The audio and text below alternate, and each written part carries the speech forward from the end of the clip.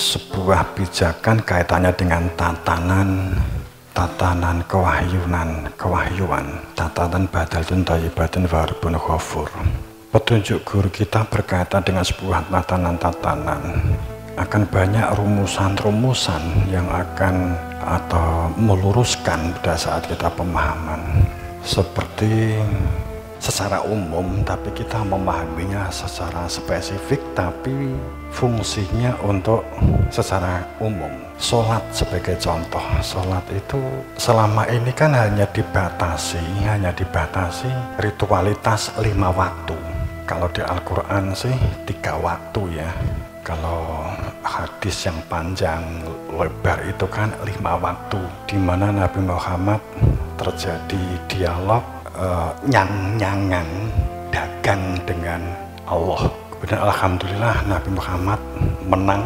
Kalau kalah 50 waktu, saya yakin jenengan gak Islaman, gak paten. Alhamdulillah Nabi Muhammad menang.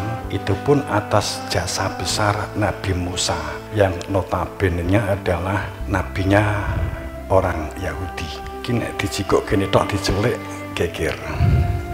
Karena sholat itu dimaknai di dalamnya doa. Sholat itu apa sih secara syar'i?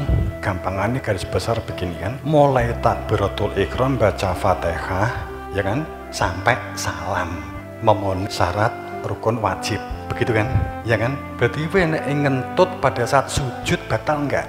Kalau kamu kentut pada saat sujud batal enggak? Batal enggak? Batal. Tapi yang harus kamu tahu, namanya sholat itu takbiratul ihram, baca Fatihah, ruku, sujud, tahiyat, salam, itu kemudian baru disebut sholat. Nek sujud wes sholat pogong urung batal poga terserah. Engko sebelahmu taut ngono banggahan terus ke sholat kan, mbak anggap gak batal wong urung sholat. Dikatakan sholat ini wis salam kan gitu. Terus akhirnya ngomong ngentut ndak ngalih sing sijine, kowe kok ngomong kan rong salam.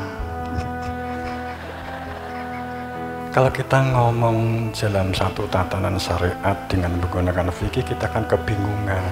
Kalau Anda ingin kembali kepada tatanan syariat Islam, umpamanya mau mendirikan khilafah, hukum yang digunakan itu adalah hukum Islam. Di kita, hukum Islam itu, supremasi hukum Islam itu 4 mazhab.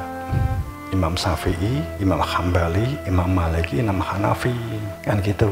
Jadi kalau kita itu akan membuat hukum, berarti hakimnya harus ada 4. Kamu mau memilih hakim yang jurusan apa? Jurusan Syafi'i atau jurusan Hanafi atau Maliki? Karena keempat-empatnya itu banyak yang bertentangan. Yang satu, nikah perempuan itu membutuhkan wali, yang lainnya tidak perlu, seperti laki-laki, wali hakim cukup. Kemudian yang satu, Imam Syafi'i sebagai contoh, nyenggol perempuan batal, Imam Maliki tidak. Kamu mau menggunakan hukum apa?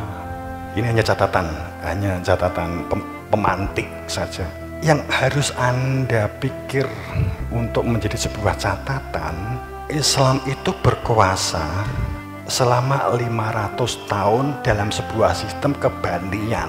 Bani Umayyah, Abbasiyah, terus siapa? Fatimiyah, Utsmani, kan gitu kan? Itu 500 tahun. Apakah tidak ada kemungkinan arogansi bermunculan di situ?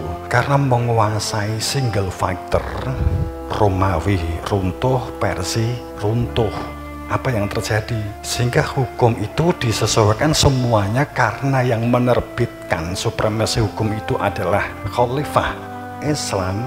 Maka hukum-hukum itu diatasnamakan pasti otomatis Islam, kan gitu loh. Kemudian sekarang kita pelajari itu, kemudian ditulis menjadi sebuah kitab yang ini didiskusikan dan digunakan sampai sekarang. Kalau kamu membaca sejarah ini pusing kamu. Bagaimana kita menyikapi? Seperti memegang Al-Quran, membaca Al-Quran itu posisi tidak bersuci, posisi angin keluar kentut itu batal, nggak boleh baca Quran, nggak boleh nyentuh Quran. Bener? Bener kan? Oke, ini nggak salah. Tapi yang harus Anda berpikir, Quran itu sebutannya sebagai mushaf Utsmani, bukan mushaf Muhammad. Artinya bahwa megang Quran harus bersuci, harus wudhu, tidak kentut. Itu berarti zaman Nabi nggak ada gitu kan. Ayo, kalau logika begitu loh ya. Logika ini sudah saya gunakan SMA dan saya paling sering santri yang diskors. Tadi saya cerita jagung aja. Nyatanya Mbah Yai ngeyel saya untuk melanjutkan, ya berarti rasional saya dulu nggak salah kan. Satu pernah diskors gara-gara hadis Allah mencari hamba yang mungkin masih tersisa di neraka, sehingga kaki kanan di surga, kaki kiri di neraka, jalan-jalan kemudian melihat hambanya yang masih di neraka. Kemudian oh ini sudah saatnya masuk surga, dilebak di surga begitu. Saya diskors 3 hari loh gara-gara itu. Soal itu saya jawab di bawahnya. Hadis ini berbunyi sedemikian, tolong diberi terjemahnya, tafsirnya, dan pengertiannya. Tak jawab, nggak masuk akal. Diskors 3 dino. Ya masuk akal lah. Gusti Allah kok terutusan kon rokok.